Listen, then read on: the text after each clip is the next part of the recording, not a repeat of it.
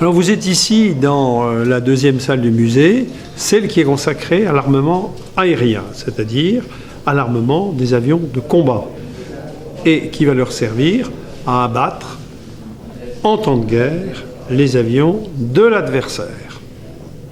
Alors cette collection comporte déjà, sur cette partie-ci, des armes classiques, des mitrailleuses et des canons automatiques qui couvrent pratiquement la guerre aérienne depuis 1914 jusqu'aux armes d'aujourd'hui, puisque en bas ici, vous avez le canon du chasseur Rafale, qui est le canon de bord le plus évolué qui existe aujourd'hui au monde. D'autre part, vous avez sur cette partie-là une collection de missiles.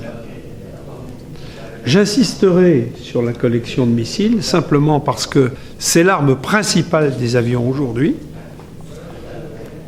et aussi parce que les visiteurs que l'on a souvent confondent les missiles, les uns avec les autres. Avec un missile, on ne fait pas n'importe quoi. Et les missiles sont spécialisés. Il y a les missiles RR qui sont portés par des avions pour abattre d'autres avions en l'air. Les avions peuvent porter des missiles air-sol, c'est-à-dire pour attaquer des cibles au sol. Ce n'est pas les mêmes missiles.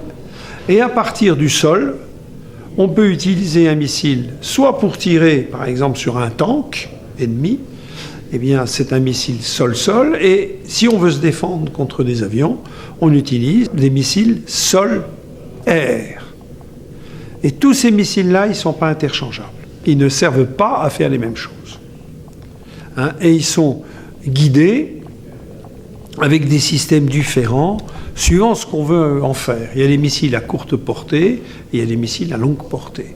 Et il va de soi que plus on demande à un missile d'avoir une portée longue, plus il est gros. Et donc, plus il est difficile à transporter. Et moins on en met à bord d'un avion.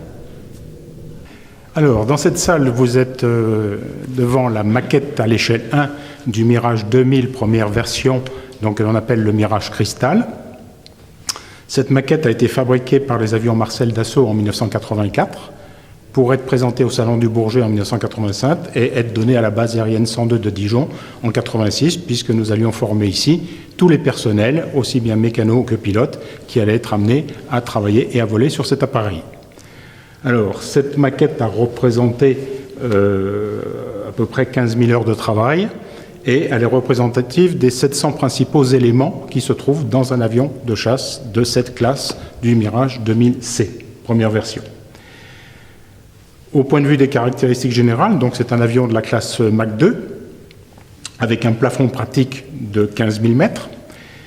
Sans rentrer dans le détail au niveau de la configuration générale, vous avez un avion qui fait une dizaine de tonnes en masse à vide, qui va jusqu'à 17,5 tonnes pour les versions type N, D et également Mirage 2000-5 que nous avions à Dijon jusqu'en 2012. La longueur de l'avion est un peu plus de 15 mètres, sa hauteur est d'un peu plus de 5 mètres, son envergure est d'un peu plus de 9 mètres et sa surface à l'air, au niveau de la surface des ailes, est de 41 mètres carrés. Donc au niveau de l'avion protégé par une pointe, bien sûr, vous avez le radar de l'avion qui va permettre de détecter effectivement les avions adverses. Au-dessus, vous avez la perche de ravitaillement au vol. L'avion, au point de vue capacité totale de pétrole, a une capacité interne de 4000 litres. Et il peut emmener sous les ailes un bidon de 2000 litres et sous la position ventrale un bidon de 1300 litres, ce qui lui confère une capacité totale de 9300 litres. Ça va permettre des autonomies en fonction du type de mission, bien sûr, qui peuvent aller de 45-50 minutes jusqu'à des missions de 2 heures ou 2 heures et demie, voire plus, effectivement, avec le ravitaillement en vol, puisque là, on peut aller à des missions qui peuvent faire jusqu'à 7 heures ou 8 heures de vol. Le cockpit qui va accueillir le pilote dans la version monoplace, sachant que pour les versions biplaces, c'est tout simplement une recopie d'un siège qui se trouve derrière. Le pilote est installé sur un siège qui lui permet de s'éjecter de l'avion en cas d'extrême urgence. Cette petite boule verte ici, c'est la réserve d'oxygène. Cette réserve d'oxygène va permettre effectivement à l'avion une autonomie de 8 heures en oxygène, sachant que le pilote a sa propre réserve autonome sur le siège en cas d'éjection pour pouvoir respirer correctement lorsqu'on s'éjecte en haute altitude. Alors, derrière le cockpit, vous avez tout un ensemble sur lequel je ne vais pas beaucoup m'étendre, c'est le compartiment électronique. En dessous, on va avoir tout le système de conditionnement d'air de l'avion, sachant qu'un certain nombre d'éléments sont obligés de marcher en pressurisation, et entre autres, bien sûr, la cabine de pilotage, puisqu'on doit avoir quand même un confort. Je rappelle que plus on monte en altitude, plus il fait frais. À titre d'indication, aux altitudes de 10-12 km, il fait entre moins 50 et moins 60. Ici, vous avez l'entrée d'air, qui se voit peut-être pas facilement, effectivement, sur ce Mirage Crystal, avec une originalité sur les Mirage 3 et sur les Mirage 2000 qu'on ne voit pas ici, c'est ce qu'on appelle une souris.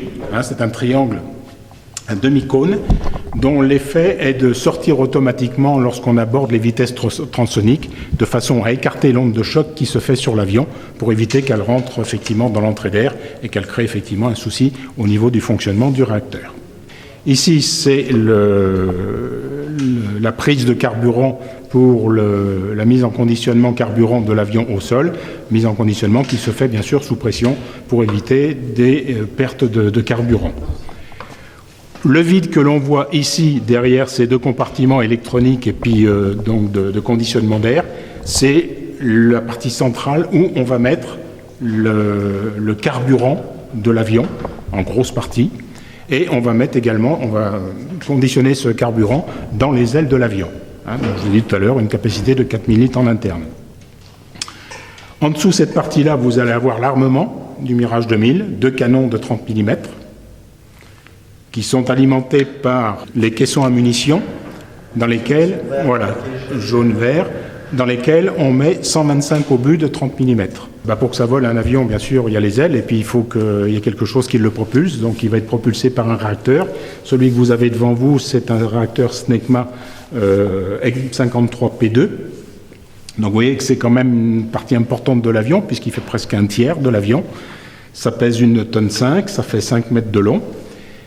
Et on parle en poussée, en kilos de poussée pour un réacteur. Donc cet engin a une poussée donc initiale qu'on appelle plein gaz sec de 6 tonnes 5, et avec la post-combustion, dont je vous expliquerai un petit peu le fonctionnement tout à l'heure, avec la post-combustion, donc on va avoir une poussée qui va atteindre 9 tonnes 8.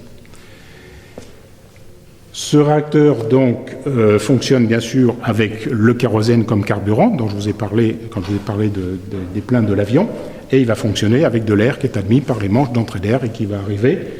Alors, dans un premier étage, un premier élément qui est le compresseur.